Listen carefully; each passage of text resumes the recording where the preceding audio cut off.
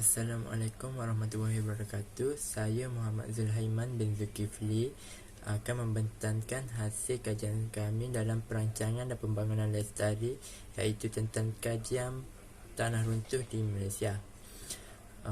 Untuk pengenalan, tanah runtuh telah ditakrifkan sebagai salah satu daripada kejadian alam semula jadi yang sering berlaku pada tanah yang telah disentuh oleh manusia dan terjadi semula jadi yang boleh memberi kesan kepada kematian dan juga kemusnahan.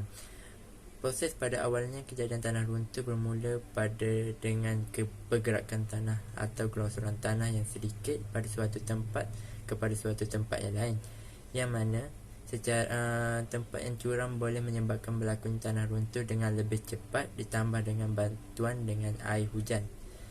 Hal itu menyebabkan berlakunya tanah runtuh secara perlahan dan kecilan, dan juga boleh menyebabkan kejadian tanah runtuh yang lebih besar dan juga boleh membahayakan dan boleh mengakibatkan kematian dan kemusnahan kawasan tersebut.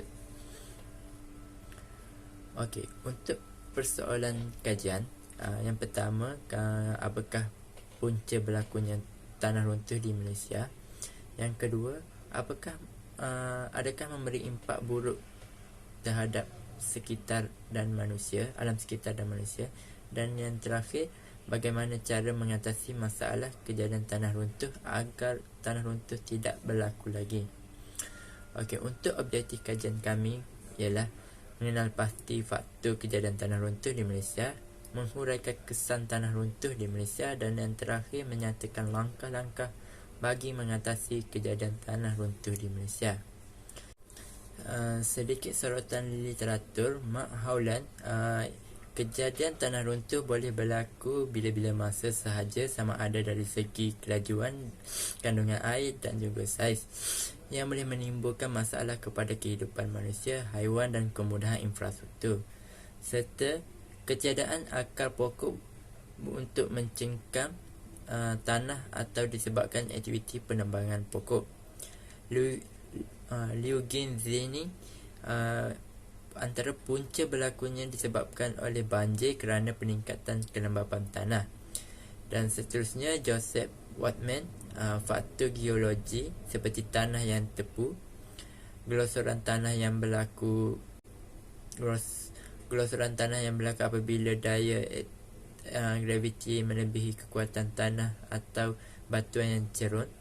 Smart clad tanah runtuh boleh berlaku disebabkan oleh gempa bumi yang akan menjadi punca kepada tsunami.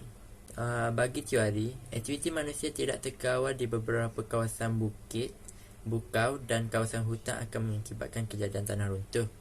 Seterusnya, akibat daripada geobencana yang berpunca daripada proses semula jadi di luar jangka.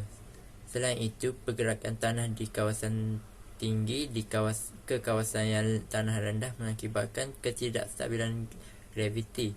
Seterusnya juga, aktiviti manusia yang tidak terkawal mengakibatkan berlakunya kejadian tanah runtuh seperti aktiviti penarahan bukit, pelombongan dan juga beberapa aktiviti pembangunan yang tidak terancam.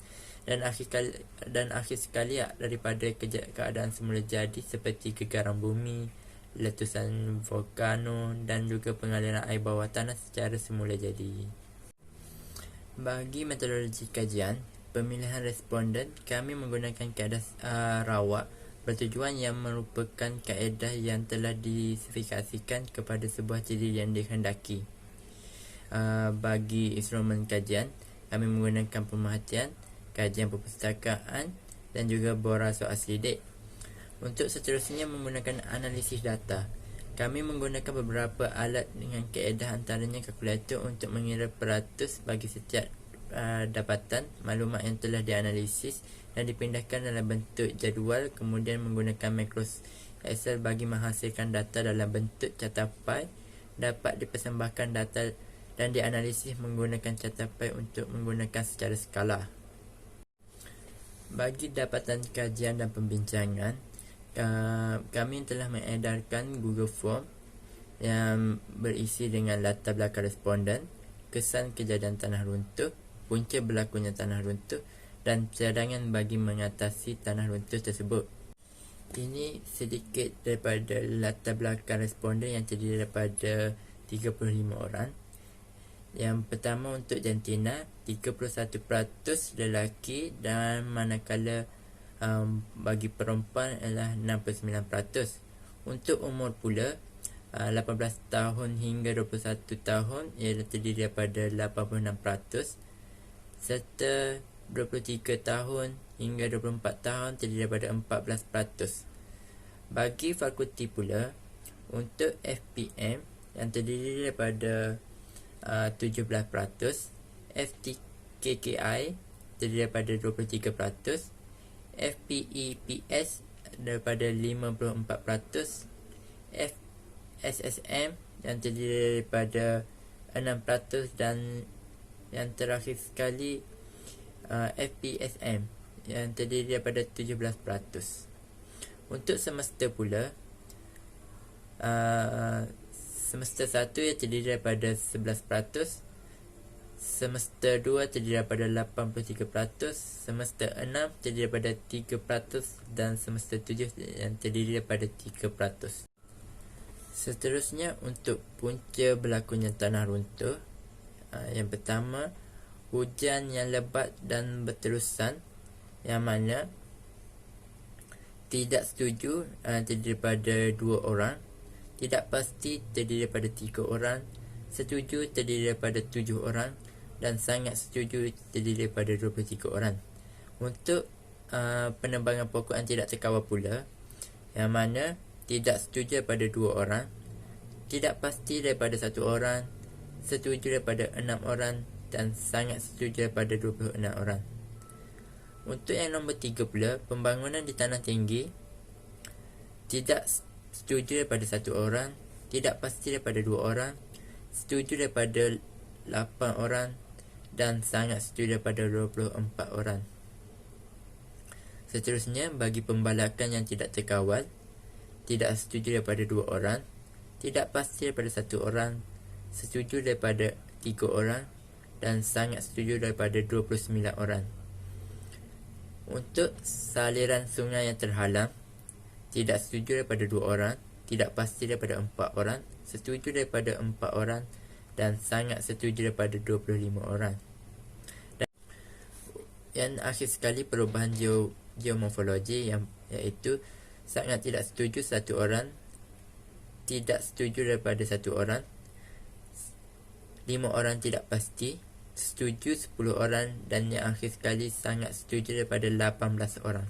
Okey, untuk seterusnya ialah kesan tanah runtuh.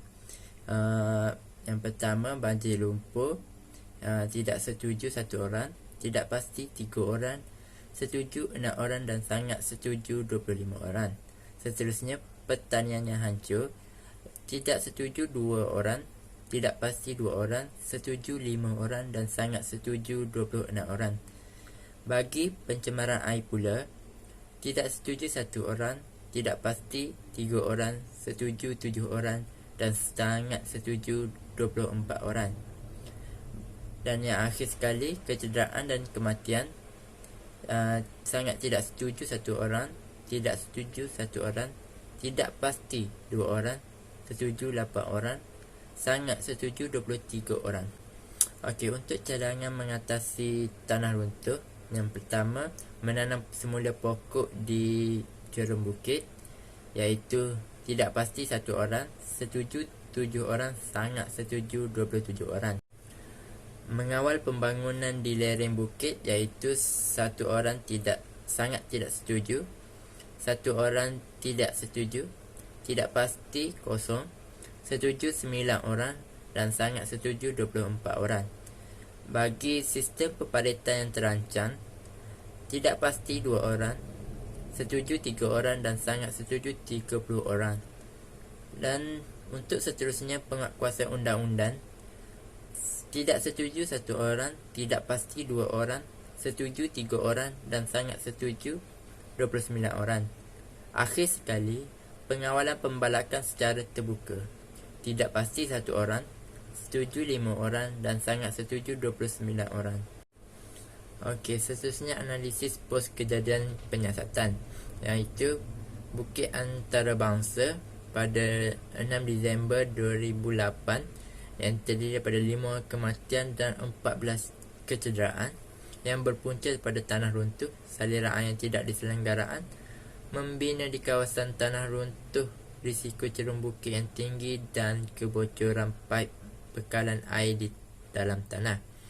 Untuk Highland Tower, runtuhan pada tahun 1993 yang terdiri daripada 48 kematian yang berpunca pada cerun runtuh, tanah buka renggangan rentakan lama, hujan berterusan daripada Oktober hingga ke November. Untuk Jalawangsa yang terjadi pada tahun 1999 dan tahun 2001, jalan utama yang terputus dua yang berfaktorkan saluran air yang lemah, retakan dalam tanah yang berlaku. Okey, bagi cadangan penyelesaian isu tanah runtuh, yang pertama kita boleh penanaman semula pokok-pokok, yang mana pokok berperanan yang menyedut karbon dioksida dan menghasilkan oksigen serta mencengkam tanah daripada ianya gelongsor ke bawah. Seterusnya, pembangunan yang terancang. Tanah yang akan terhakis dan gelongsor ke bawah adalah disebabkan aliran air hujan di permukaan tanah. Akar pokok yang mencengkam tanah diperlukan di lereng bukit. Yang ketiga, istilah geohazard harus digunakan dengan betul agar tindakan sewajarnya diambil. Dan yang terakhir sekali, penguatkuasa undang-undang. Pencerobohan hutan yang boleh ditangkap perlu dikenakan tindakan tegas, iaitu hukuman penjara 10 tahun dan juga bayaran pampasan sepenuhnya jika berlakunya bencana alam. Kesimpulannya, kajian ini adalah satu kepentingan kesedaran yang mana permukaan bumi yang kawasan berbukit dan cerun telah diguna dan diubah suai oleh manusia sejak dahulu lagi dan tidak lagi selamat. Manusia harus sedar amalan pembinaan masa seperti tanah terbiar gondon untuk tempoh masa panjang menyumbang kepada berlakunya tanah runtuh pada permulaan pembinaan sehingga siapnya mempunyai kesan kepada bencana tanah runtuh. Terdapat banyak lagi punca yang perlu dikaji dari semasa ke semasa untuk menggalakkan kejadian ini berlaku lagi.